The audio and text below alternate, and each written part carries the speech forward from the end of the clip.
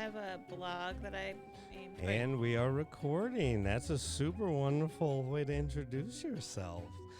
We are back with the Brian Moreno Show, ladies and gentlemen. A very special Monday episode. Super excited to be here in studio. We're getting close to Halloween. Very exciting.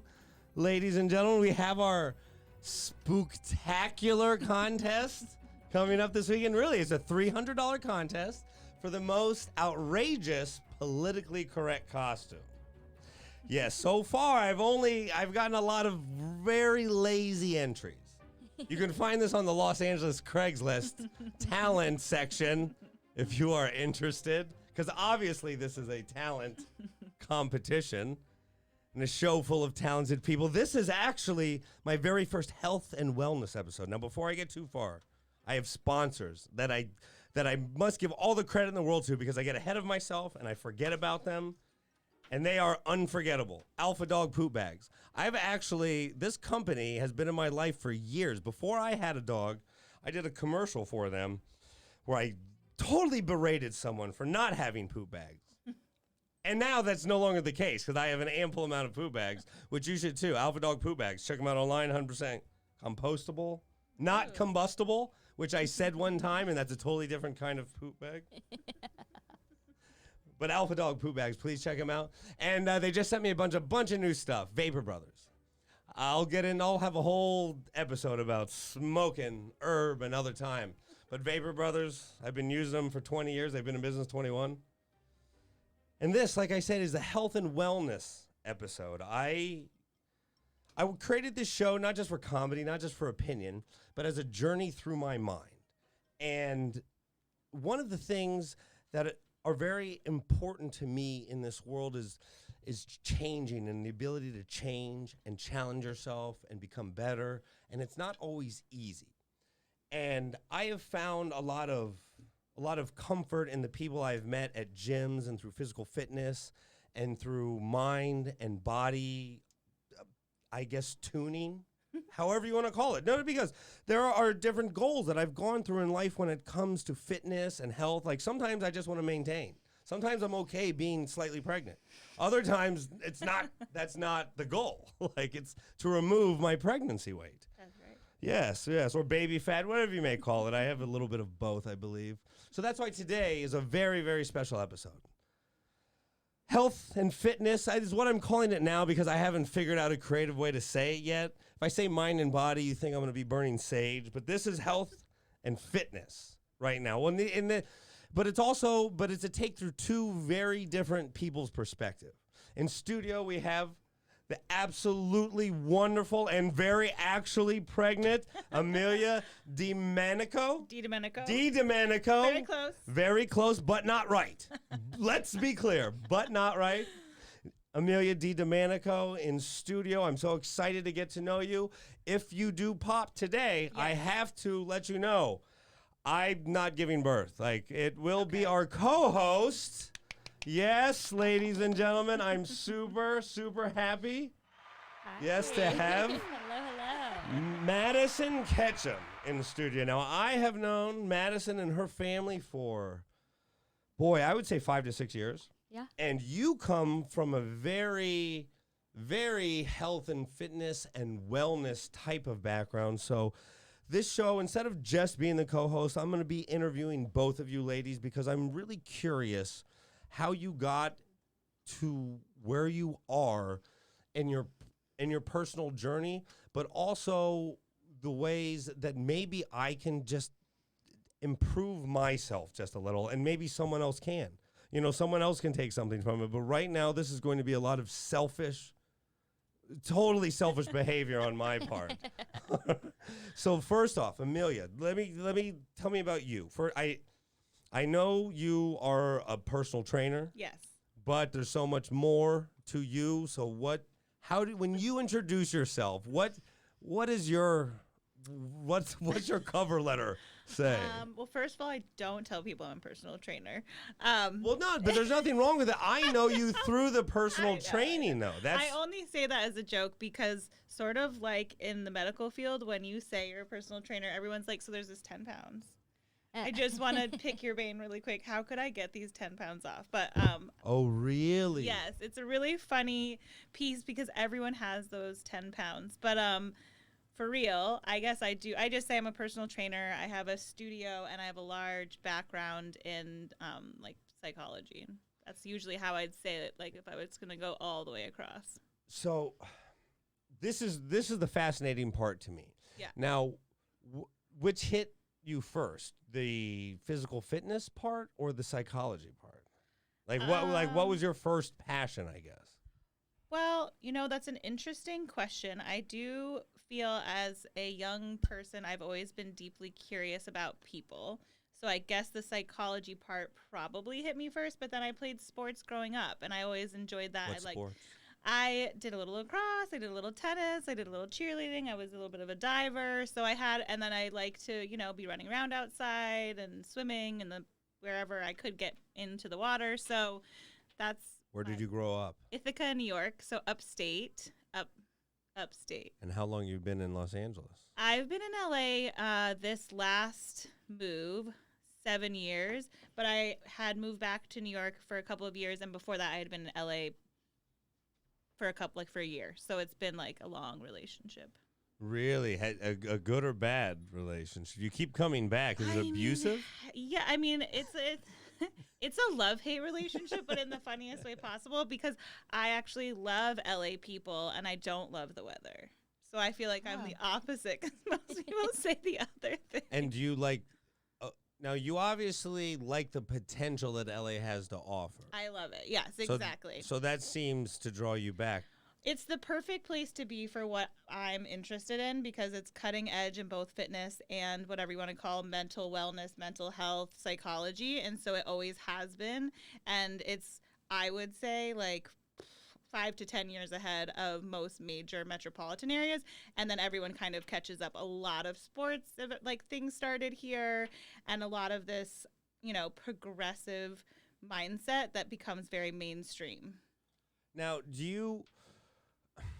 how has Corona changed that? For just like the industry? In general. I mean, I think that commercial gyms and small personal training gyms in West Hollywood have taken a beating that if they weren't prepared for, like a lot of the smaller places are closing down. And so I think a lot of the like big names are going to be left standing. So that's kind of a bummer. And then in terms of individuals, I think we could all attest to it. Everyone's personal fitness has been interrupted, but along with it, their mental health as well. And so there's been this there's the, oh my God, I should be doing all these things.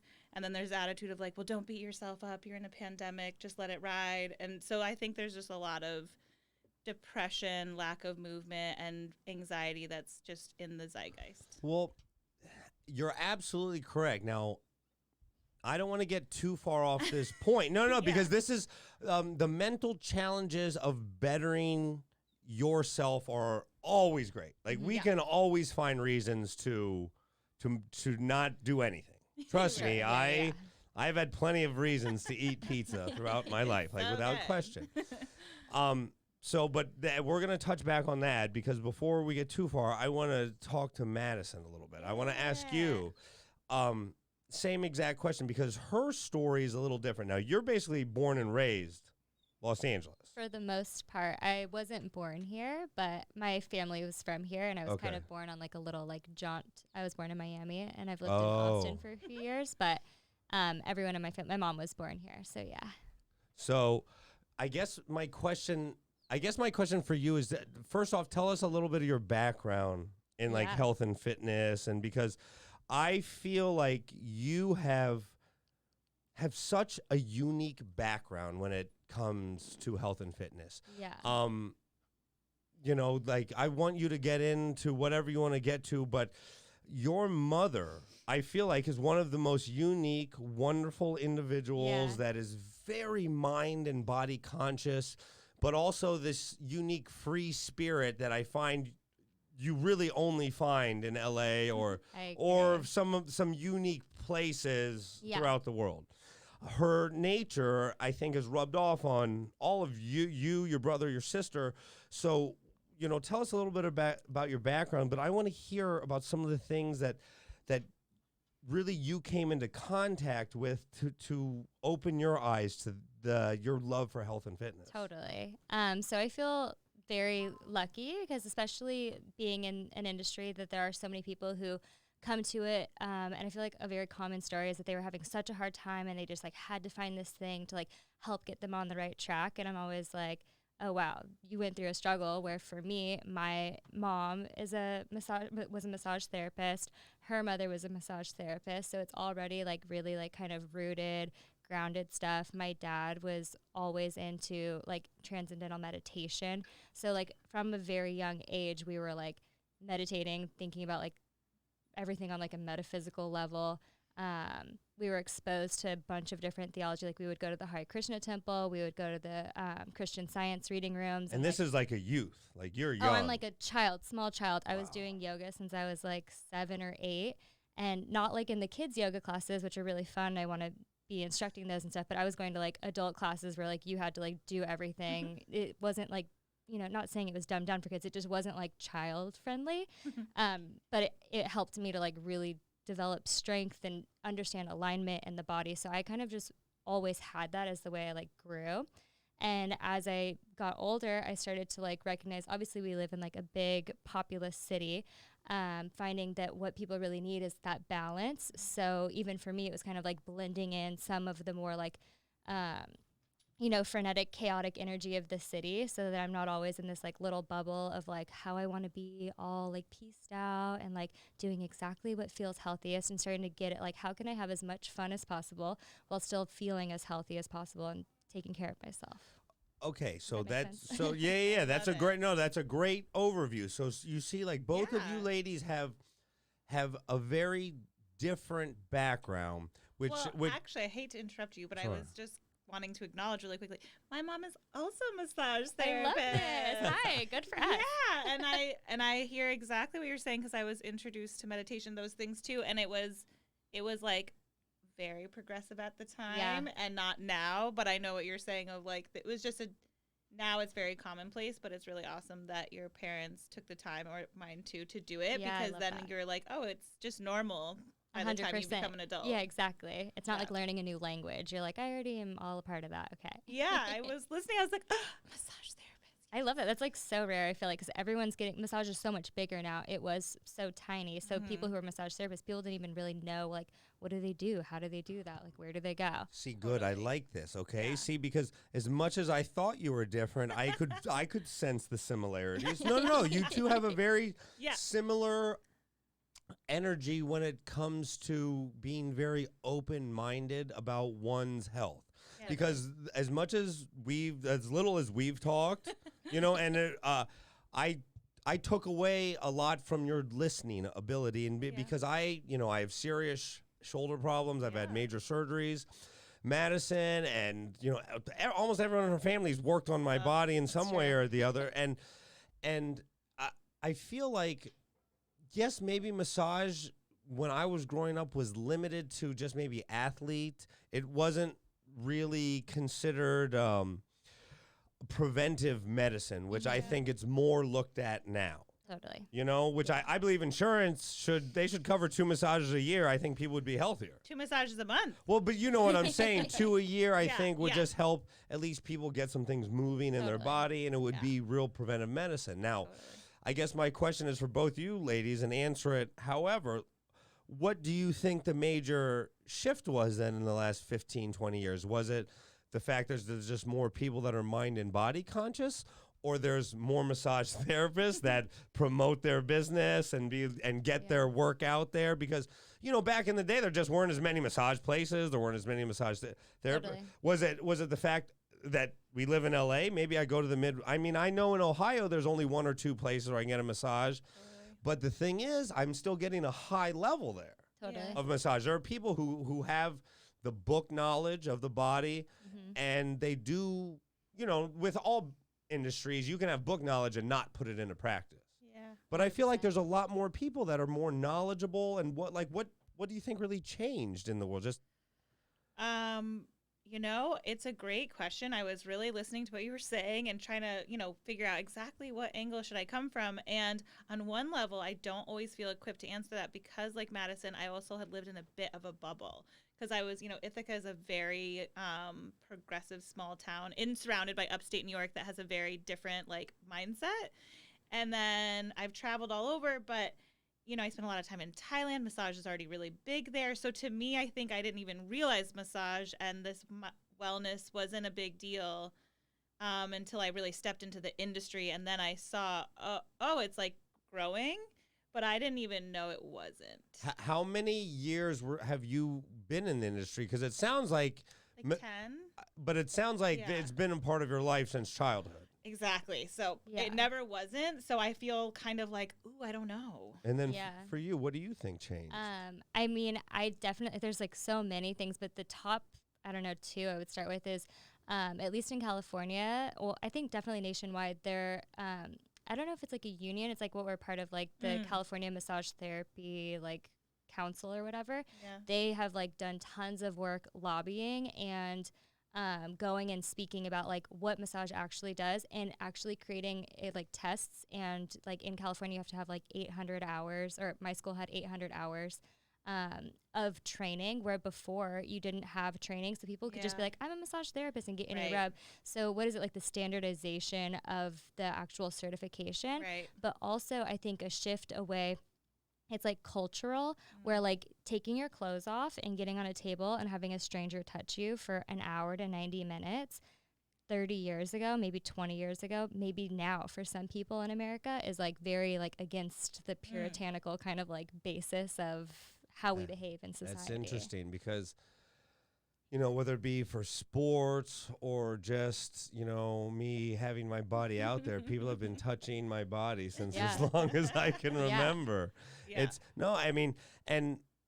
And I guess this is another thing that I would highly recommend for anyone out there who has serious muscular or exoskeleton type problems with tissue. Madison, and this is something that it's called mashing. I used to call it smashing, which is something different. I've been told many, many times now. But no, my mother and sister, because of my sports and athletics, they've been walking on me since I was young. Mm-hmm. Yeah. And they thought I was crazy. And now it's become a little more standardized, and it's a real thing. She comes with a walker, an actual old lady's walker, and I try to explain this to people, and they're like, what are you talking about? No, and there's actual videos online that I send to people. Yes, but it's all just about breaking things up and moving your body. Now, that being said, this last year, a lot of shit has changed.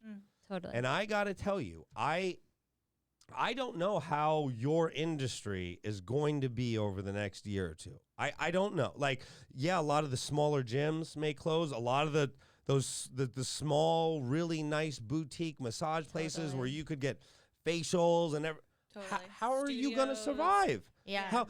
With me, look, comedy basically died. I've had the idea to do this show for 20 years in my brain. Howard Stern was the first person where, no, it affected my life because it was a real show, but it was also funny and insightful, yet it was culturally appropriate, which I think I'm trying to do. Make sure to keep close to the mic, my dear. Yes. No, you have too much to say to not, and you can move it towards you. It won't break or anything. I was just afraid to spill. Okay. But I guess my question for you is, how have both of you had to change, and what are some of the biggest changes you've actually seen in people? Because I know with me, I went through, I don't necessarily battle depression or anything, but I went through a loss of identity. Yeah, sure. And I did. I may be 15 pounds heavier right now, or 12. You don't need a sour beer face, okay? I like it right now, okay? I don't mind being the pregnant dude around, okay? I don't.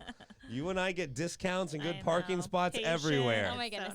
So nice. So no sour beer face. I'm accepting right now. But I know the gym was a huge part of my life. Yeah. Fortunately, I've spent more time in a steam room than I have in an office building. Yeah. But I can't do that anymore. I I know. You know, I got a steam shower and I do my best, but that's not cutting it. And I put on some weight and I can't seem to get my cardio going. Me too. I put some weight on. I feel you. Yeah, but you got baby on board. I know. You know, honestly, I'll just talk from a personal point of view, not even professional, just for a second. You know, my personal, I've been impacted heavily, especially with my pregnancy, because I love to move. I got into this industry because it makes me happy and I love movement, and movement works for me, and it's my way of healing any form of symptoms that I have when it comes to like mental health. I'm just like, yeah, this works, right? So I'm like, if I'm going to teach something, it's because I believe in it and I've had personal experience with it, and I'll get all the science to back me up. But it's from my heart, it's from me and my experience. So I personally have been heavily impacted. I have a studio, which you've come to see, which I'm lucky enough to have that. So me personally have been a little less impacted because I have this private boutique studio that allows for sanitation to be a part of my professional life. But I personally love going to a gym and throwing weights around, and the steam room and the pool, and like all of it is like it's my self-care, you know, the anonymity of me going to a big gym, throwing my headphones on, lifting some heavy weights and having a good workout or whatever. And it's been hot. How do you get around that? There's no AC, there's no AC in, the streets. Yeah. There's no gym to go to. I don't have a pool to go to. So while in this pregnancy, yeah, I've gained weight just normal. And I don't even mean gaining weight as in like a negative thing. I mean, like, I would love to be moving more than I am. It's really hard. And so I really empathize actually with the experience of just the everyday person. Now it's starting to cool down in LA, and I know it's cooling down all over the country and stuff. So that's another problem, right? People won't be able to work out outside, but cold, yeah. Tell me about what you need. Oh yeah. No. I'm like, is it the mic? What did I do? No. I totally, I found myself in a trap, and I do have to challenge myself more. And yes, getting the dog was a big deal for me in moving more. But one. Yeah, well, totally, it's very hard. And yes, both you ladies will get poop bags when you leave. For doing the show. Just know that is one of the gifts you get for doing the show. But I guess my question is for you, like, how have you seen, I mean, that's you, but have you seen like an overall, like people are more depressed or bigger? Yeah. Like, have you seen that? Like, do you see it? Yeah, I see it all the time. I mean, at the end of the day, hi, lover. Oh, yes. Hi. I will. Okay, we're going to put you down, but I do. Aww, yes, this is Hazel. Hazel's like, did I hear the word depressed? I'm here. I'll help. So sweet. I love it. So, yeah, I mean, I think that people are across the board more depressed. I have, in my personal client base, I have clients who struggle with different degrees of anxiety and depression, and like they have, in the least of it, like had to increase their medication dosages, because honestly, everyone has like such a huge dip in serotonin happening across the board. And what I would say the biggest thing that I've seen is just the fact that we are heavily social creatures. Like, we are one of the most social creatures on the planet. And so this forced isolation is causing incredible levels of anxiety and depression. And I was just having this conversation with my client today. She was out of town and she came back, and like her fiance, who she lives with, was like, had lost weight. This is just like from a few weeks. He had lost weight. His skin was ashen. He could barely stay awake. She was listing all these symptoms, and I'm like, he has like very intense depression. Like, this is not just a joke. Like, this is very serious. And he's not in therapy. I'm not his therapist, but I refer people to therapy all the time because it is my, little background. And I'm like, this is real. He can probably go on medication to help it. Or what you need to do is you have to get outside. You have to get vitamin D. You have to get fresh air. You have got to have some type of social interaction structured and designed every single day. And you cannot trade your physical health for your mental health. See, that is another chapter, right? Like, you must do this next chapter, which is you don't have to trade. That's exactly what I wanted to get at with both of you, because I knew Madison's background in mental health, so I want to hear the same stuff with you, but you brought up a really interesting point about like dopamine deficiency state, which I think happens a lot. Yeah, endorphins. Yes, because of social media and now people just sitting inside looking down. I think that is really negative for the human brain and development, and I don't know what the answer is, but yes, people do have to get out. Isolation is a form of torture, and people have had psychotic breakdowns from isolation alone. Obviously, it was more extreme than anything because it's like in a setting where it's like, you know, really being enforced by probably someone who doesn't have that person's best interest at heart.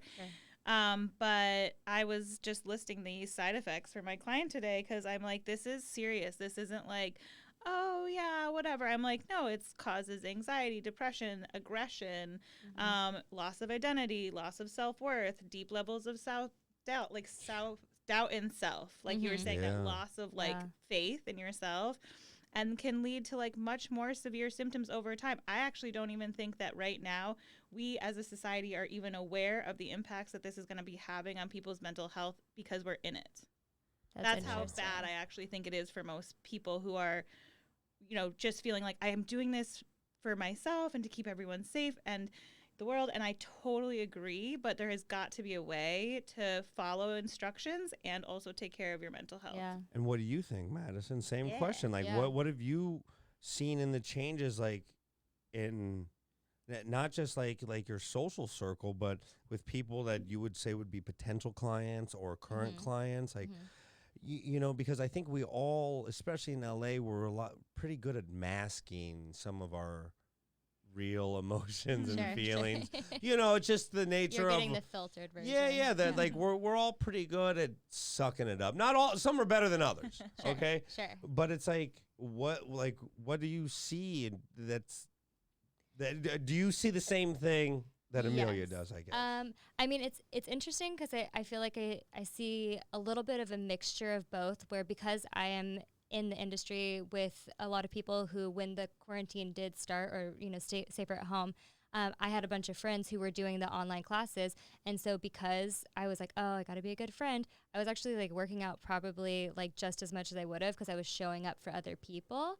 And when I was doing my classes, I had people showing up and I was just doing like maybe 30, 45 minute like stretching, super light, because I was like, oh, I'll let all like the personal trainer people take the heavy workout, and I'll just let people like relax, because some people aren't physically even up, because it's that one step, right? When you're in that place of like the depression is like the worst case, but even just feeling like lethargic, it's hard to think like, okay, I'm going to do a high intensity interval training. It's like, here, just come, we're going to do a couple of minutes of massage.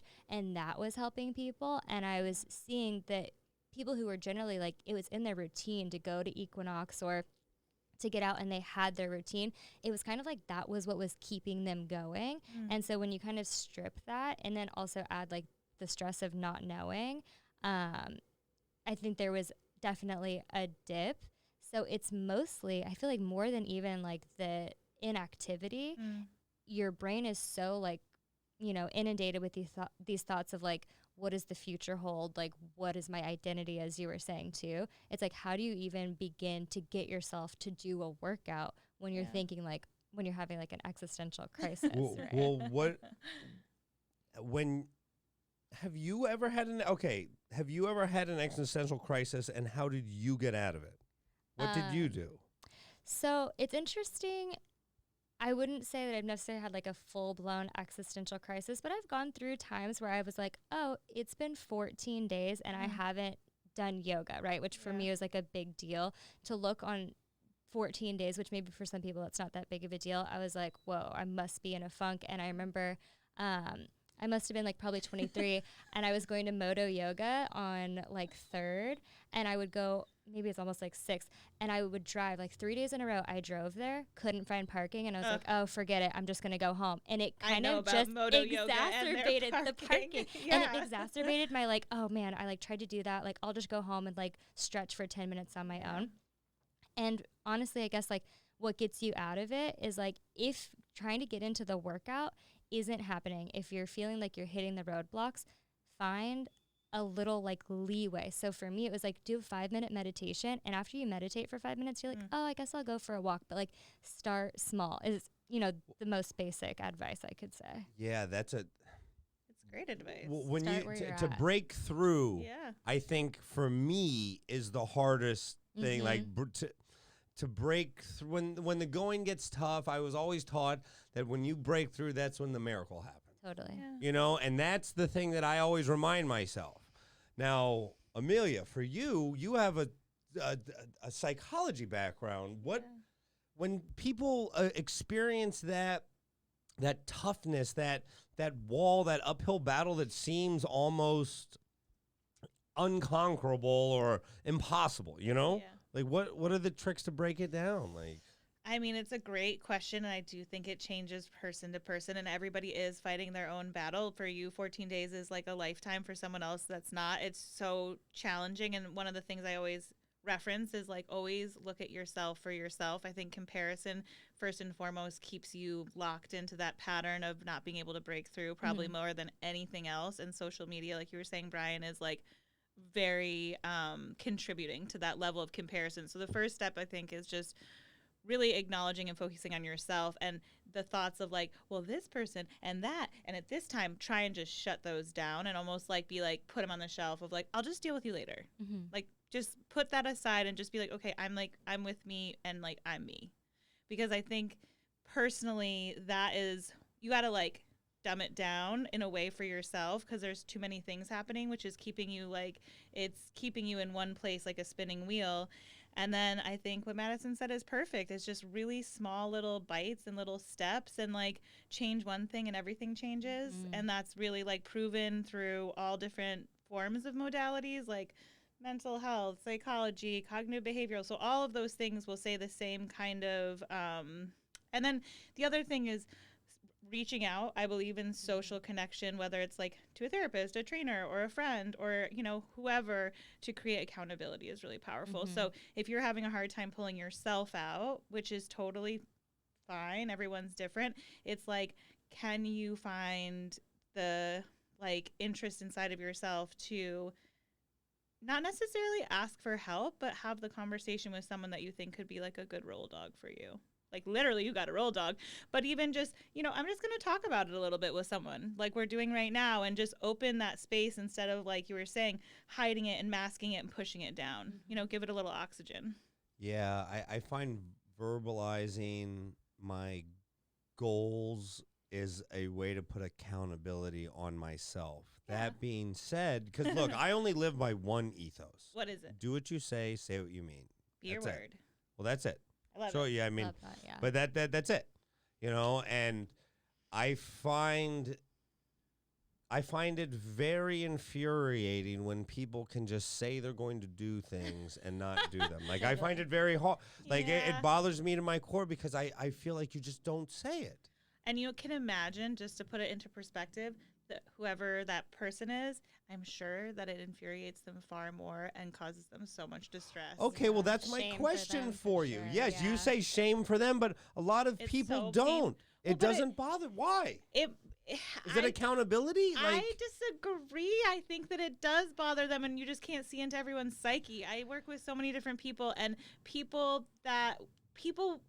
one, sometimes they just are so far away from being a little bit aware of themselves that they don't realize it. But I think people would love to be their word. I think that being your word makes you feel really proud and confident with yourself. And I think that people who struggle with that beat themselves up a lot inside, which actually stops them more from being their word. It's like one of those, the mouse is chasing the cat kind of situation as opposed to the cat chasing the mouse, which is more what you're talking about, which is I'm going to stick to my word. I'm going to stick to my word. So you're saying it's more of a self-perpetuating cycle for Yes. those who don't follow.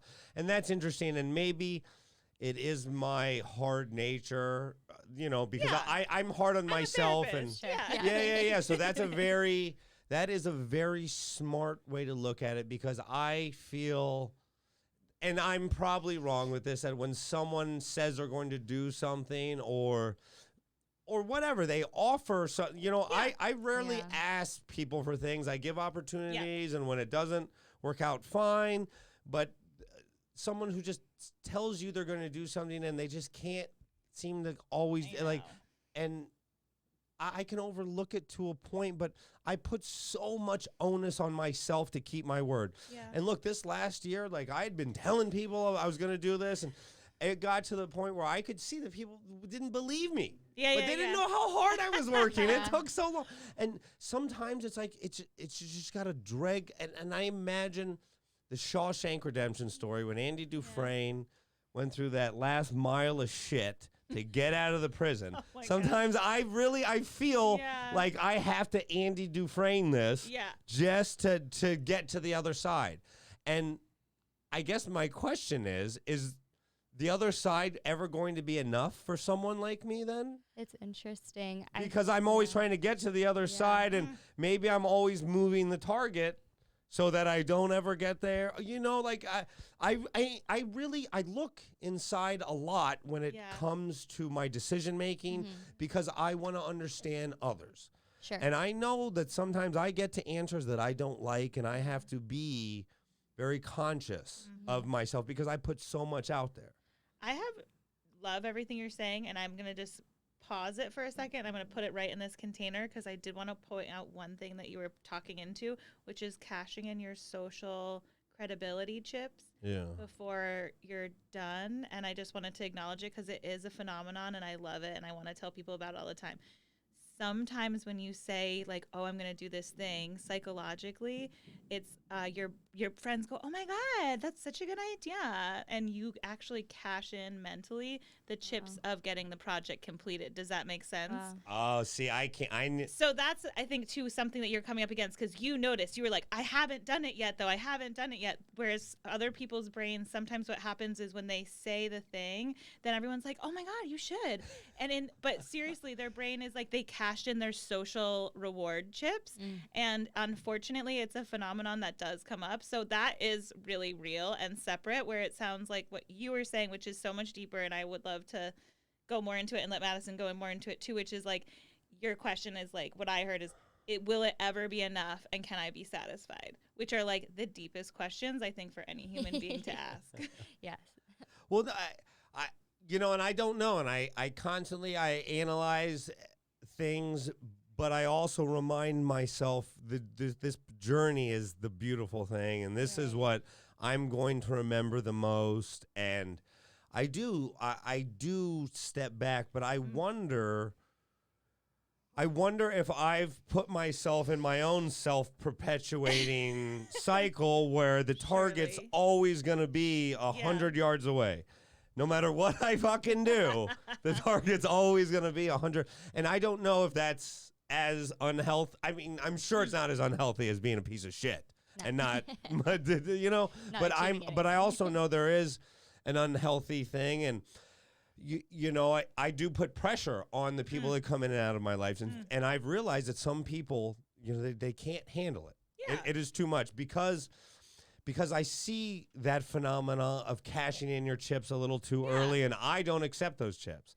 And that's so interesting because I see people have given me their, but I said, no, I can't use those chips in my everyday world. You haven't done it yet. Like, you don't get, it's like someone, you're like looking, it's basically like window shopping, and then you're being like, it's the same phenomenon where you get the satisfaction of purchasing from window shopping. So that's a less like extreme version of it, but you know what I'm saying, where it's like you get the satisfaction. And so your brain's like, oh, I totally did that. And then you're like, obviously I'm not promoting consumerism, but if you buy the item, then you have it, as opposed to when you window shop, you don't have anything. Yeah, it's interesting. Oh, man. And what do you think, Madison? Then what? Hold on. Yeah, what is... Okay, you are, I would say, quite a self-starter. You have, you've had a lot of options to do a lot of different things in your life, and you chose the path that you're on, and you not only accept it, but you're very proud of it. And you're good, you're great at what you do. And that's the thing. I've had a lot of people touch my body are horrible. I'm like, God, just leave, just stop. Yeah. No. I mean, I dated a massage therapist one time. I dated a massage therapist one time. Very, very nice woman. Yeah. And she, and she was sure she was the best masseuse. Right. Yeah. I literally had to stop. Just stop. Whatever you want for the time, I'll pay you. Let's just not do this ever again. Yeah, I've definitely had a massage where I was like, I'd rather be taking a nap right now. Like, Well, all no, right, let's wrap this anything. up. I would literally rather have Chinese water torture Yeah. than the I haven't had one that bad. Okay, but you are goal oriented and very driven, but you're also clear. I think. Yeah. You know, one of the things that people in your family have told me is that sometimes maybe I do need to be not as hard on myself. Sure. Yeah. And those aren't the first people to ever tell me that.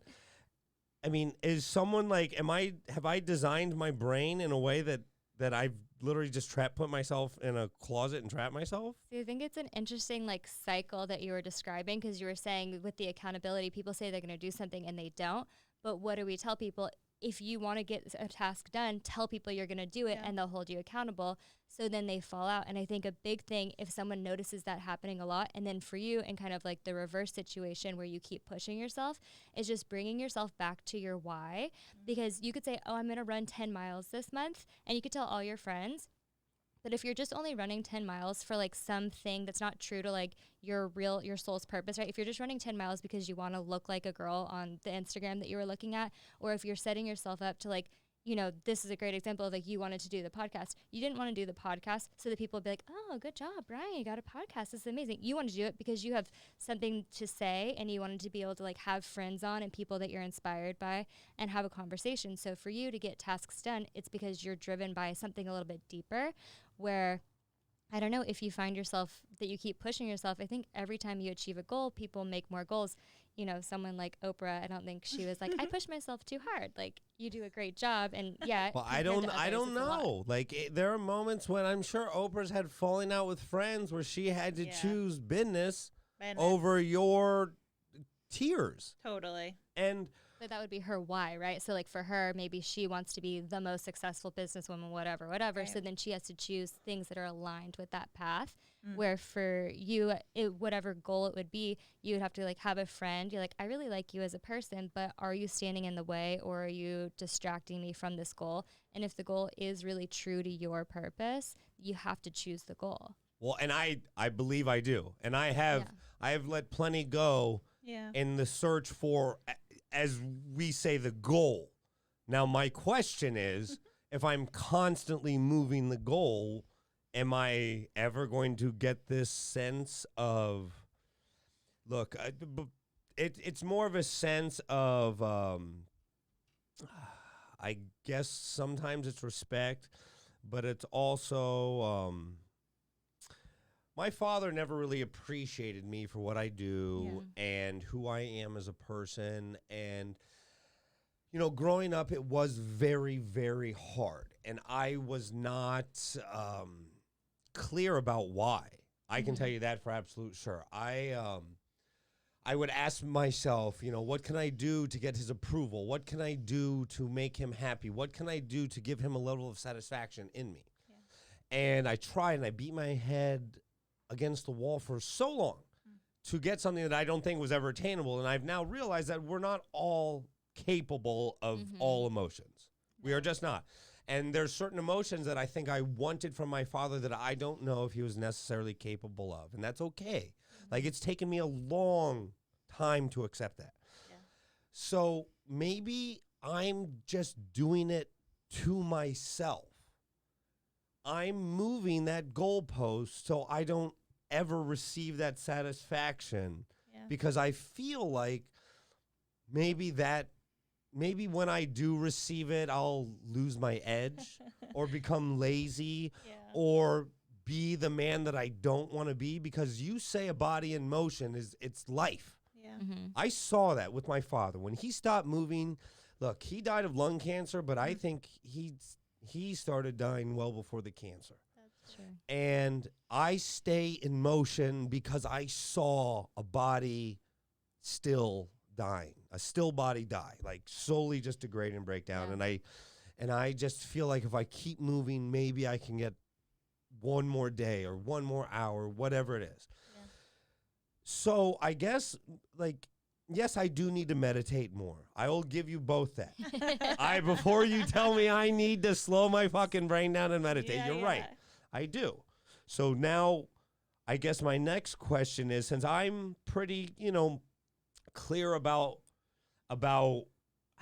what is causing me my internal angst, but also makes me who I am. Yeah. So I'm accepting of this, How do I find the balance? Like, what do people do who struggle with either, whether it be being driven? Because my mom gave up everything to drive and to move and to go, and she still will. She will work till she can no longer work because she loves to work and to achieve and to do. Now, maybe it's some of her in me. Maybe it's some of my, childhood, trauma that I maybe it was trauma. Maybe it was, it's just me being a fucking crybaby. But what are some things that people, can do right now? Like, I can't do as much yoga. My shoulder doesn't really allow me to. I do, I take care of myself in ways, but is meditation the only answer? Like, I get look, I think about it all the time. I need to get back on maybe Headspace or something, because I think guided meditation works best for me. I love it. Sure. What do you think? I hope you don't mind when I giggle a little, and I only giggle because everything you're saying is just so, I think that you speak for so many people. I think that whole rant that you just went on, I think there are so many people who could connect to so many different pieces of it, and I appreciated the honesty so much. And when I hear honesty, and I just can't help it, I'm like, yeah, it's good. Yeah, there was so much information that you just gave that was insightful and relevant, and I am happy for anybody who's listening to identify into what you're saying and knowing that they're not alone, because I think that's a huge piece of it, huge. And I have to say, I'm gonna let the meditation expert go for the meditation drive, because I personally struggled with meditation my whole life, and what I just tell people is it's the only thing that you can be terrible at, and it's still good for you. Yeah, exactly. Because I'm like, oh, you're terrible at meditating. Me too. I've been doing it for years, and I suck. It's so bad. And I'm like, that's okay. That's okay. You don't need to be good at it, because I think that's what held me back for so many years. And I had a yoga teacher once just say that, and it clicked in my head, and I was like, oh. So I'm it's okay that I'm jumping all over the place, and it seems like I'm never able to settle for more than a second. And she was like, yeah, that's fine. You're doing great. And I was like, oh, phew. Now, see, I have participated in very little therapy. Okay. Well, and I actually, oh my God, I have to say, I'm my therapy hat. I was literally like, Brian, let's talk later. I'm like, you just gave it so much gold that I was like, I actually don't even feel that from you. I was looking at you and I was like, I think you guys need to have a one-on-one. No, I mean, well, because you're there. You're so there with yourself. And the truth of the matter is, all of the things that you said are so valid, and you'd call it, there's capital T, little t trauma. Yeah. So you can take that word and use it however. That's a great way to put it. Yeah, you don't have to in the definition of trauma in child psychology in the current state of things is that anytime you expect things to go a certain way as a child and it goes a completely opposite way, that is a form of small t trauma, and it is in part of every child's life. And there's patterning over time that can cause a lot of confusion for a child. One of them being exactly what you spoke into, which is never being acknowledged for who they are, which is deeply painful, and it causes a rift in identity, and it's complicated to unravel as a child. As an adult, as a child, you don't even know. You're just there. Oh. I focus a lot in child psychology, and it's really painful. It's just painful because you're confused, because you're like, I love my so-and-so person, whoever it is, and I don't know why, but in your mind, you don't realize, oh, this person's just not capable of it, and it's not your job as a child to know that. So there's that piece of it, and then the other piece of what you were saying, which is boundaries, which are so huge, and that's what you were talking about with your mom, and it came up for me as well, where it's the idea of throwing yourself into the fire is very beautiful, and I love it, and if you lean too far into anything that you fall over, that doesn't work either. So there's that essence of how do you find a way to lean in a way that's everything driven, ambitious, demanding, but that you are leaning in to something so that you don't completely fall over. And then you just find that boundary for yourself. And I think that's the really big piece for everyone's work, which I'm so driven. I'm such a workaholic. I love my work. Like, I'll cry about it, how much I love my work. So it's something I personally work on every day, which is, where is my wall and how do I keep myself centered? You've actually had to consciously remind yourself of where your wall is. That's interesting. Absolutely. Because I feel like I have none.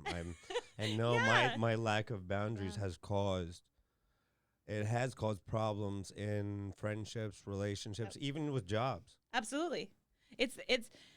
It's so challenging. And when we have the modeling, because I had it from my dad versus your mom, which is that my dad is like a workhorse. And like he has the capacity of like a Clydesdale and like the determination of a pit bull. And he is he's just all in all the time. And it's just like, that's what my modeling was. And I love and respect him for that. And I want my life to have a different feeling at the end of the day, because I also saw that is challenging too. Wow. Right? So I really identified with what you're saying. So boundaries, and for sure that's okay that you did have little T trauma. You weren't a whiny little bitch. Yeah. You're not a whiny little Well, bitch. I've never thought about the big T and little tree. And what tree? T. No. Because to me, big tree, little tree. yeah, because to It's me, more yeah. like a visual. I wonder, with your input based on what you were talking about, of like, you always pushing yourself, like that goal to like never getting the confirmation from your dad, of like, if like in a neuroplasticity type way, if you don't even know how to let yourself achieve that satisfaction because you haven't felt it from your dad. So like the little combustion of whatever it is that is like being accepted and confirmed doesn't exist in your like brainwave. So if you could do training or something, like, I don't know, you know what I mean? I want to know from you what you think. Absolutely. I mean, a lot of what you're talking about is the entire field of cognitive behavioral psychology, which is teaching yourself skills, literally mental skills and drills to help with neuroplasticity. And so you're making new habits in your mind, right? And you can get into the much deeper. What we were doing is psychodynamic. We dove into your childhood. We drove into some relational. We talked about like family. So those are different modalities. But cognitive behavioral therapy on top, like, is on the top. And it's so popular, and I love it for just exactly what you said, which is just some like straightforward drill setting, just like when you're playing sports, where you're just like, these are the drills that I do to get better at like whatever it is. Like, I need to be more agile, doing agility drills. So that is a great point. Okay, interesting. Thank you. I was like so excited to hear what you think about it. Okay, well then here's another question then for you ladies. Okay, my neuroplasticity, maybe when it comes to feeling acceptance, maybe that is a little fucked. Okay, no. I will be the first to admit I'm very bad at accepting compliments, and you know, it is all for a reason. Like, I can tell you 1,000 reasons why not to compliment me on something, no matter what it may be. So that is something that, yes, I may have to work on, and I do make conscious efforts when people say nice things to, instead of tell them why they're so wrong, to say thank you, or you know, I have constantly challenged my brain to keep the elasticity. I really have, like, and this would be like one of my very first examples as a high schooler. A therapist, psychologist came to school to talk, and this person was an expert in the field of NLP, neuro-linguistic programming, which is what a lot of people use to like stop smoking cigarettes, things of that nature.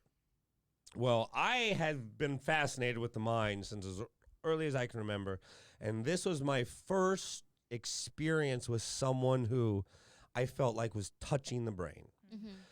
I got the guy's name and card. I basically, I was in Indiana at the time going to high school. I was a junior in high school, and I drove 45 minutes an hour to be hypnotized, NLP, to help my brain in retention and recall.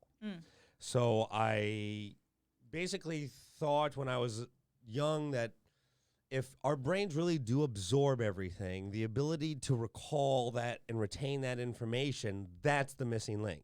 Because how many times in life are you in a conversation or a circumstance where you know the answer, you just can't recall it? Oh, yeah. And it can change the course of your whole life. Like your ability to think on the spot and this and that.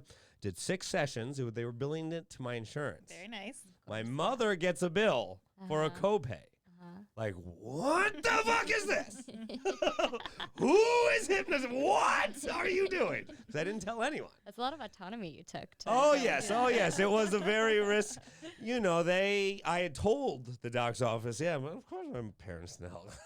What's a big, I was 17, I believe. I'm shocked you didn't need parental consent. Oh, I probably forged a signature. Okay. I can't verify that, but I think I did. Okay. So but I did 6 sessions. I don't know what he did. I recall being put under and coming back to. I still remember driving home like, what the fuck? Because I don't know exactly what he did, but I have this, it's closer to an edict memory. I have an ability to recall and see things in ways. It's not a photogenic memory. Yeah.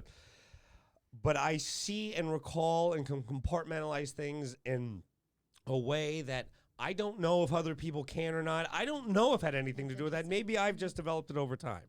So I guess my long-winded question for you two is, what are your guys' thoughts about consciousness and meditation and how one's mind can really change as an adult compared to a youth? You guys can please, the floor is yours. Madison, I'm so chatty. I'm going to let you take this one, and I'll follow you. I'll follow you. It's like a huge question, right? So, like, what do I think about, I guess it's kind of like a mindset question, right? I'm sure to a certain degree, maybe it's easier for children in a way, but I wouldn't think that just from like, I only can think as myself, which is like an adult mind of like, I think the more information you have, the easier it is to make an informed decision, maybe to a degree, I don't know. But like with the mindset, I guess I don't understand the question exactly. I guess no. My question is, like, okay, like, no, I need to challenge my brain in different ways. And I know I was very malleable as a youth. Okay. Am I so set in my ways that I need to go to therapy to change myself? Or are there I really wonder, like, are there things that I can just consciously do every day to keep my mind loose and fresh? Because this has been a journey of mine for 20 plus years, on improving my mind. Sure. And I want, I know the mind and the body connection is not only valuable, it is so important in staying alive and closer to happy. Yes, and I understand, I think then of like, well, then I totally think that as an adult, right, it'll be easier for you to make those progress because you know what your goal would be in that situation. But again, it comes down to similar to what you said earlier. We get so stuck in our patterns. But it's like the idea is like change your mind, change your body, or if you change your body, it'll change your mind. So if you feel like you're like hitting a roadblock with changing your mindset, just switch it to something that you feel like maybe you have a little bit more control over. So if it comes down to like doing a moving meditation or... Which is what? What is that? So moving, like meditation traditionally, right, we think about like sitting, putting your hands on your knees and just like clearing your mind of all thoughts. And I think over time people were like, oh yeah, that's like actually like super hard for a lot of people to get into because life is just so full of distractions and it's really frustrating, and that's like kind of a barrier to entry with like traditional meditation. So then moving meditations, right, you can listen, they have like walking meditations and things where it'll be guiding you through a thought process as simple as, instead of like clearing your mind of all thoughts, and I listen to some meditations that I really like, and you can do them walking around or whatever, and it'll give you visualization. So instead of having your mind clear, which you can't always like just make everything like blacked out, you have like a whole storyline that you follow, which I think happens in NLP too. And so you're actually like kind of processing and kind of unraveling kind of issues by going through a story that's leading you on something that you don't even know is happening. And so instead of you putting this thing of like, okay, for 15 minutes, I'm going to sit here and be quiet and not think about anything, you just listen to a story for 15 minutes and it goes quickly. You know how you're in a passive state when you're watching TV? So you get put into that passive state, and whether it's like theta brainwaves or whatever, you can listen to specific music that does it. But that's a really, like, I think, easy one to get into, and I'm sure some apps have it. The thing that I've been doing for meditation, which is like definitely like a very lucky thing to be able to do, but my boyfriend got me the like Oculus thing for my birthday because I had tried. They have this app. I'm not going to be able to remember what it's called Trip with like 2 P's, and you put it on and you're literally in like the most trippy, as if you were like deep in like either like an acid, not a mushroom trip, but like more of like an acidy thing, but you're fully conscious. And for your breathing, which can be hard for people to like do in and out, it like has this like visual of like your breath coming in and out of you. So like if that's something that you really struggle with, getting that thing specifically, which obviously you like have to have the VR, all of that, it has been I did it one time and I talked about it so much that when I got it, I was like, oh my gosh, it makes it so much easier. But even like Lacey Phillips I think that's her name, I'm pretty sure. She has some really great meditations where she has cool music. I like the tone of her voice. It doesn't irritate me and it just makes it doable. Wow. So this is Dude, yes. VR. Yes. VR meditation? It's so sick. I'll bring it over. Next Oh time my I'm here. God. It's crazy. They have like 5-minute all the way up to I think an hour. Incredible. They do it guided where she's talking or not talking, and you just like, it's crazy because you're meditating, and once you get to like the next level of like deepness, it'll like physically move you and you feel your body go away from you. Wow. It's very cool. So you Great do job. feel like a out of body experience with it? Because only one time in meditation have I felt an out of body type of experience. Only one time. I mean, not maybe the same, not like to the intensity of like Kundalini, but it pushes you into it, right? So without having to do all of the work, which is so important to do if you can. And can you explain the difference between what's Kundalini and the other transcendental? Transcendental? Yeah. What is the difference? I probably won't be able to do a good enough job of explaining the difference, but it's just different approaches. I feel like I'd have to like have more information to like do it right. But like with Kundalini, there's like locks, so like you're kind of engaging different parts of your body. There's breath work, there's breathing out of one nostril and then the other, and it's kind of like engaging and firing up different parts of the brain, and that will push you into like a different mind state, where when I was doing my classes, we'll just do like very simple like circle breathing or square breathing, whatever it's called. And you can do that. That's the most simple thing. If you're at home and you need like a really simple thing, just breathing in for a count of 4, holding, breathing out for 4, holding at the bottom, and then breathing in. So instead of just, you're holding at the top and the bottom, and that's going to push your body into a parasympathetic nervous state, which is where rest and digest. We always hear about fight and flight, and now there's like fawn and freeze, right? And we're always like, oh, you get pushed into it all the time. And they don't really not ever, but like you're not getting as much information about how to like reset that. Putting your legs up the wall, so you're laying on your back and your feet are above your head. And those are all things that are telling your body externally that like, you don't have to produce those stress hormones. Like you are safe. It's not the lion coming to eat you. So wow. Really simple. And that's what I think you need to think about, because you think about meditation, right? We talk about, my goal is to meditate 5 times this week. Well, we have to talk about the why. What is your real goal? Why? I feel stressed and I want to feel more calm, or I feel like I'm lacking this and I want to have this. So when you know the why, the meditation's a little bit easier, because you're like, I'm not meditating to meditate.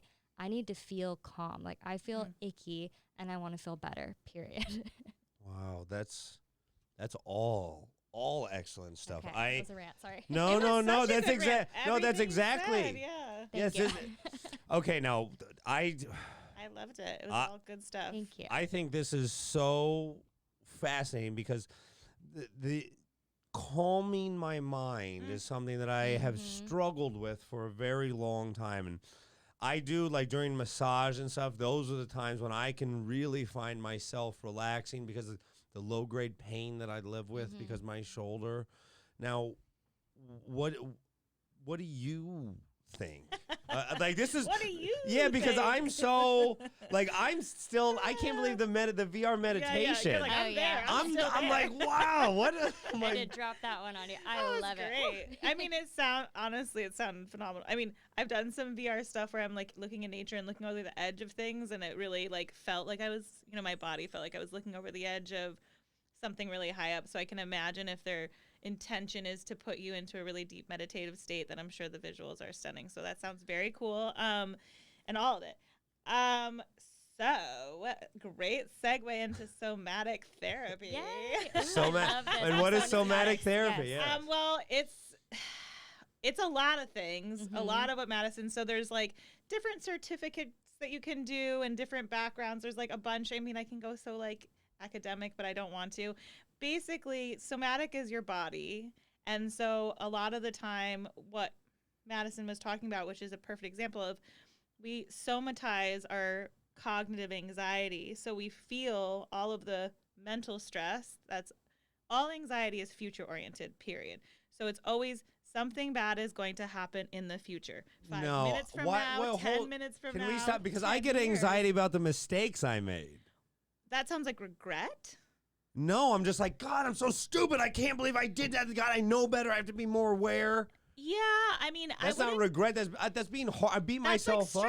That's stress. That's a little different than anxiety. That's right. Anxiety is future oriented. What you're talking about is like you're like being hard on yourself. You're stressing yourself out. You're creating a stress response in your body. Don't worry. You're creating the stress response. I have very low anxiety. Is not. Yeah, anxiety is generally maybe it's about teasing things apart.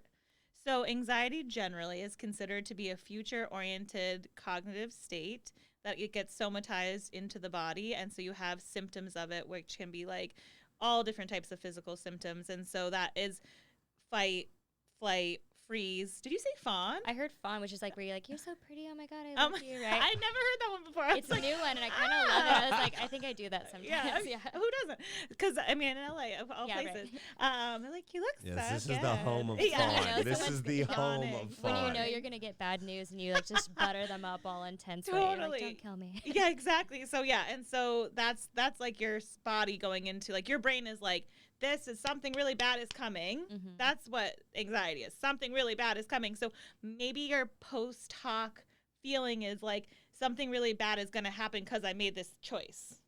So maybe that's how the anxiety sneaks out, that it's actually like you made this decision, which is going to cause this bad thing to happen now. So maybe that's how they're like working parallel. Anxiety is very like, I would call it like a nefarious friend who's up to no good and likes to sneak through any crack. Like it's kind of like a smoke friend who like gets through all of the cracks and finds all types of ways to disrupt things that are important to you.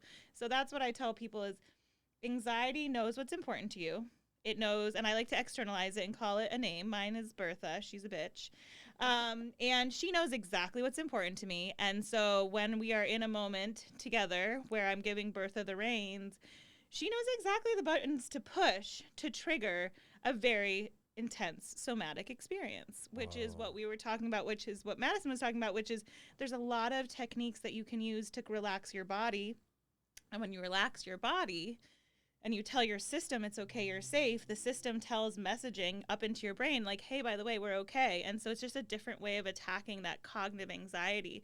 And so there's somatic style therapy, I'll call it, is a method of therapy where instead of focusing so much on the content of what you're saying, which would be more like a psychodynamic approach, what you're focusing on is what is your body's reaction to this content? Can we stay to the body's experience and can we slow it down a little bit? So it's something like you're all worked up, you're talking about something, and then you're like, slow it down, and you're like, what does the chair feel like underneath you? What do your feet feel like?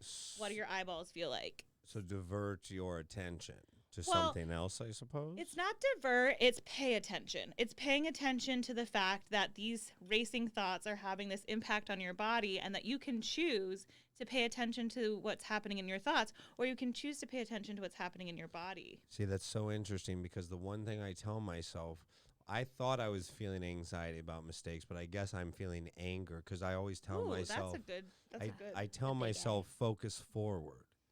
Because when I focus backwards, nothing good, you get dirty when you dig up the past, you know? Interesting, yeah. Focus forward. I always just tell it, focus forward. Yeah. Because all I can't change that, but I can change what's to come. Totally. So that's something that's a little mantra I say to. So yes, I don't naturally feel anxiety because I'm accepting of change in the future. In fact, I embrace it sometimes to the point where I think it does scare certain people away.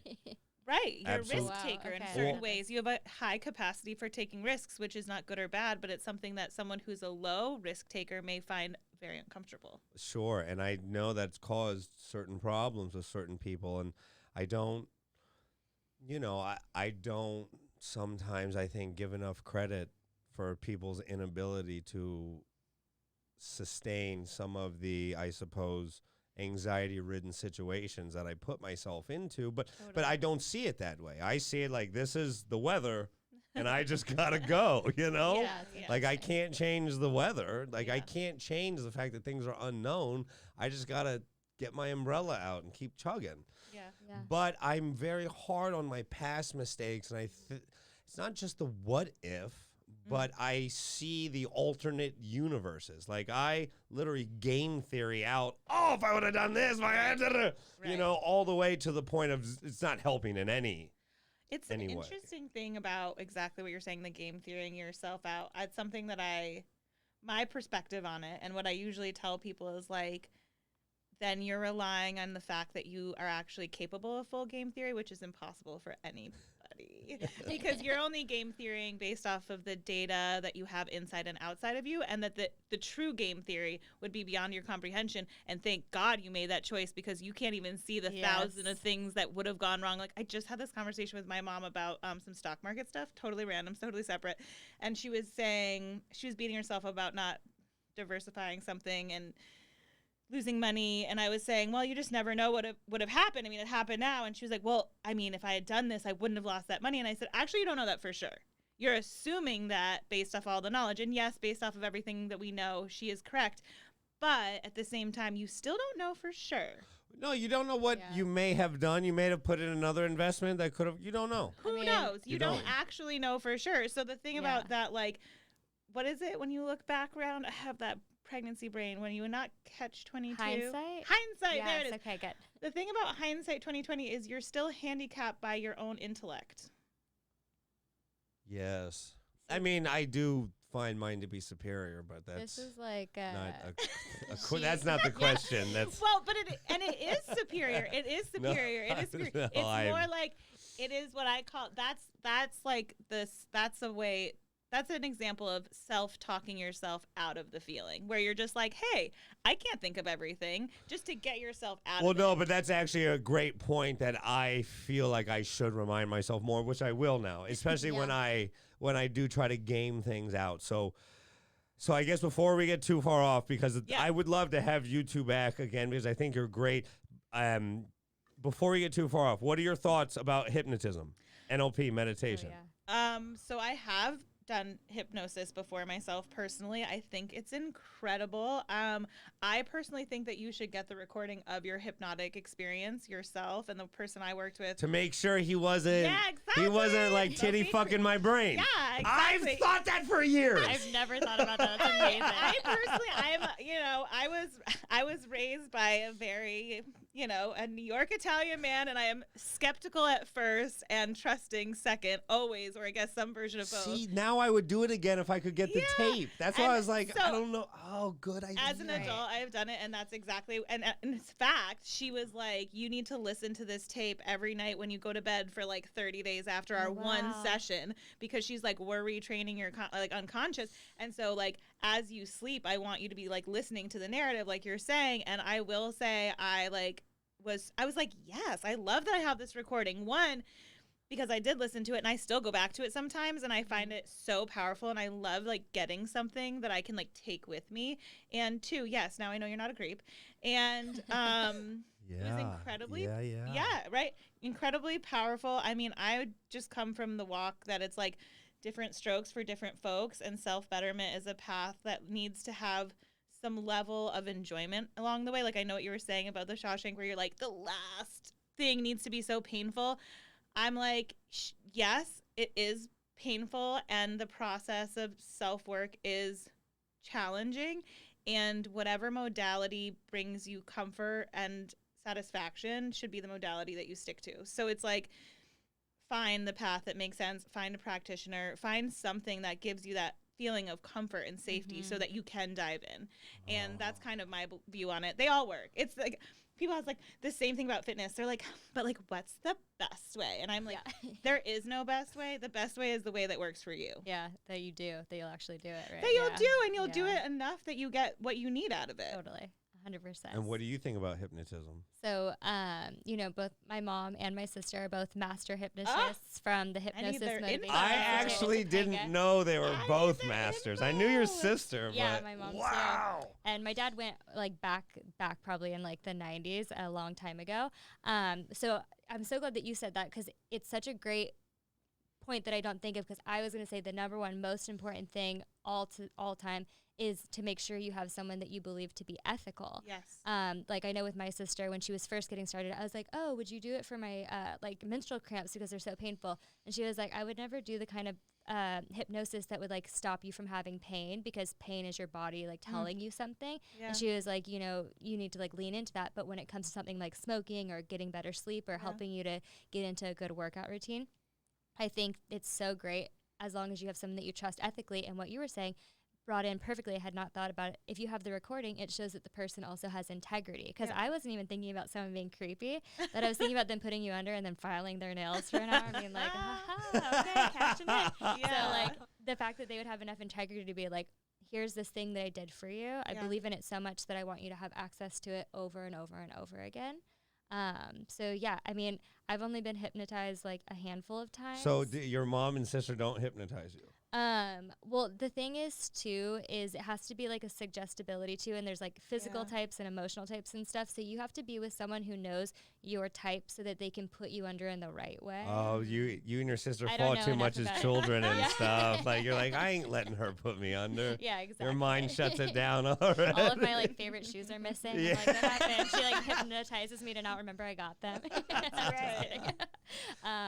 But I think it's really helpful for the people who, I think if you think I want to try it, then it would probably be helpful for you.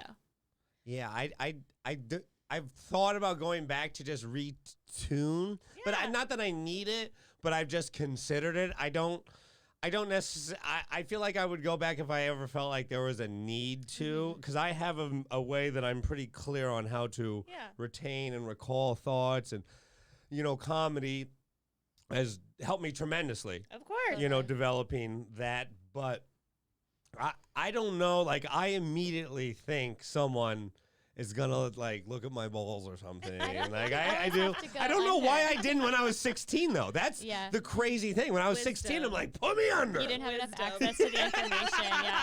Yeah.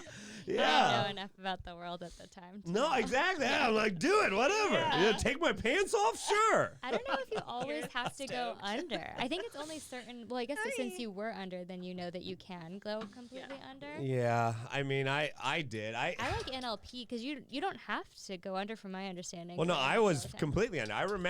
I still remember very clearly the moment when he was just having me count down and I'm just no longer there. I remember seeing it. Like you talked about when people would come to school and do like the assemblies. We had someone come who like hypnotized a bunch of people, and I remember being like, you know, when you see it on TV, you're like, oh, I'm sure those are like plants in the audience, and I was like, these are kids I go to school with. I'm pretty sure that's real. Yeah, I'm pretty sure. I'm pretty sure I am very happy with this episode. Now, before. I do. There was one more thing I wanted to say really quickly. Oh, yes. And another thing. Go. So just because we were talking about it, and so the human brain, we stopped developing technically like into adulthood at 25. Wow. Most people think it's much earlier, but that's when like you start losing it at 25. No, not true, but that is when the brain is, you know, done with its growing, which I think is great to remember. And I believe what you were saying, because there was the question about neuroplasticity, activities that you can do, therapy, all those mechanics were really, it was quite an interesting combination, because we were talking about the body, we were talking about the mind, we were talking about therapy, and there's, you know, our brains do have a decline in our age, just like our skin loses elasticity, so does our brain, so do our muscles. There's no shame in that. It's actually quite beautiful because we gain wisdom. And I just look at them a little bit different in terms of like hypnosis versus therapy. I would almost put them in a different category. Oh yeah, totally. And I would and the neuroplasticity element, it's so important to keep that alive, like a muscle, like working your brain like a muscle. And then in terms of the therapeutic lens, I feel like language is my next, what I'm going to do next. Yeah, exactly. Yeah, just something new, something random. Okay, I like that. Yeah, language is how we connect to the world. So it's really important. Using the right terminology is helpful. And I would say that I truly believe that everyone can benefit from a therapeutic relationship. And I have to just do a little plug to therapy for a reason, is because what happens for everybody is that we recreate patterns because we're trying to get something satisfied that we missed in our childhood. And to step out of that pattern, we often need a little self-awareness and support. That's all it is in a lot of ways. For most people, it can be more complicated and less complicated, but I love the idea of the fact that we want to step off of the pattern platform, and that oftentimes with a therapeutic relationship, what it does is we can do that with someone who has no investment in the outcome. And in personal relationships and friends and family, it is impossible for them to not be personally invested in you. Wow, that's a great point. So that's why, as much as you trust the opinion of your family, to get a real therapeutic answer, it has to be someone totally disinvested. Now, it doesn't have to be. Therapy comes in many forms, but it helps. Okay, but this is then my next question and my problem. Then this would be my last question. My problem with the whole business of therapy. Yes. They are invested in you not getting fully healed because they won't get any more money. Well, and as to Madison's point, which is the most important point, because I believe in ethics so much, you must have an ethical therapist. And one really easy way to tell is by boundaries, obviously referrals, and like all the things that you do to find someone. But with an ethical therapist or even an ethical personal trainer, I tell people this all the time. I'm like, in the ultimate form, you should learn everything that you could possibly need for the rest of your life from me within 2 years. Wow. That doesn't mean you have to train with me for 2 years. That doesn't mean you have to work with me for 2 years. I'm saying I'm going to give you everything that you need. That's great. But if you want to stay hanging out with me for longer than that, that's fine. Yeah, support feels good, right? Yeah, or less, that's fine too. But at the end of the day, after 2 years, if I haven't provided that for you, I am not actually doing the work that I'm supposed to be doing. And I do fundamentally believe there are tons of therapists who think the same way that I think, and that the number one quantity of therapy sessions that people have done in the United States is, do you want to guess how many times? What do you think is the average quantity of? Less than one. 0, yeah. One. One? Wow. It's one. I was going to say less than one. Well, it's one. Yeah. But as a therapist, you know that. And so you're like, you want to make sure that any time you have someone in front of you, if you're an ethical therapist, all you're trying to do is provide something different. It's called a corrective emotional experience. Wow. All you're trying to provide for that person for that hour or whatever the session is a corrective emotional experience. So in the real world, I'll give you an example. In the real world, for example, you're like, you say something that maybe you're used to, as a comedian, maybe you're used to like shocking people or like awing them, right? With your whatever it is. And so you're like, I just masturbated 3 times. And the world goes, oh my God, you did what, right? That's the reaction you get. As a therapist, you're literally trained. Someone's like says, I masturbated 3 times. You're like, well, what was it like?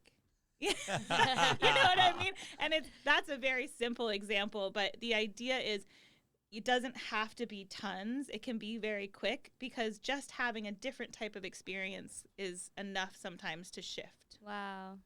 You are so insightful. When are you due? When are you popping?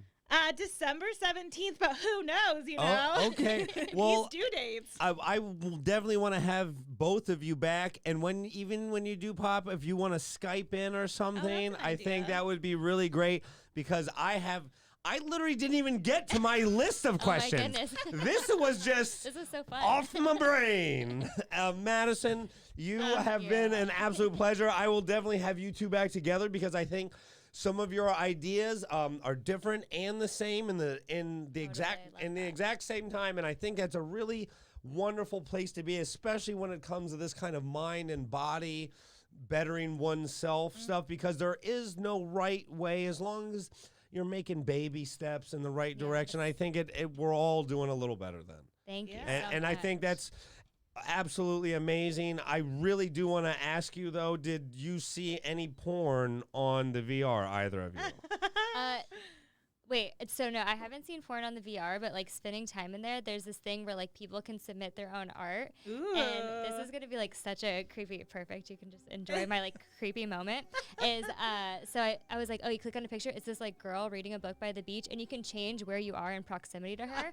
And then I was like, I wonder what happens if I get close enough to like kiss her. Not because I want to kiss her. I just want to see like if the guy like made it to where it was like kissy. Right. But then like inside of her brain is like this crazy like little thing. But I was like, oh, dude, that was like a very creepy thing. If I was like a man, I'd be like embarrassed. But I was like, I'm a girl, so I was like, I just want to know what happens if I touch her face. And like not creepy at all, because we all have those thoughts. Yeah, right. I was like, how in detail did he make this? And how far does it go? I mean, I think we covered more than I could have ever expected, ladies and gentlemen. You have a heart out. It's your time. Can you believe it? I do. And I just wanted to say this. Thank you so much for having me or us. And thank you so much, Madison, you both. I found this to be incredibly fun and joyful. Madison, you are such a wise human being with like all of the right things. Like I always tell people, it's like if you're in the right, like in our work, I call it our work because it's broad. If you're in the work for the right motivation, it all is the same story. Like it's all the same information. It's just told from different words, like you were saying with language. So I feel that simpatico with you. And thank you. Brian, thank you so much for being so vulnerable and honest about yourself. I have to say, it made it much more enjoyable. No. I am just me. You don't need to thank me for any of it. You two are the stars. I have to say, I learned a lot. I hope the people who listen learned a lot. I will get to my questions next time because I need to know these things. I will see all of you again. Thank you so much. This is the Brian Moreno Show, our first health and wellness episode. Absolutely wonderful. Thank you all. Bye. Thank you.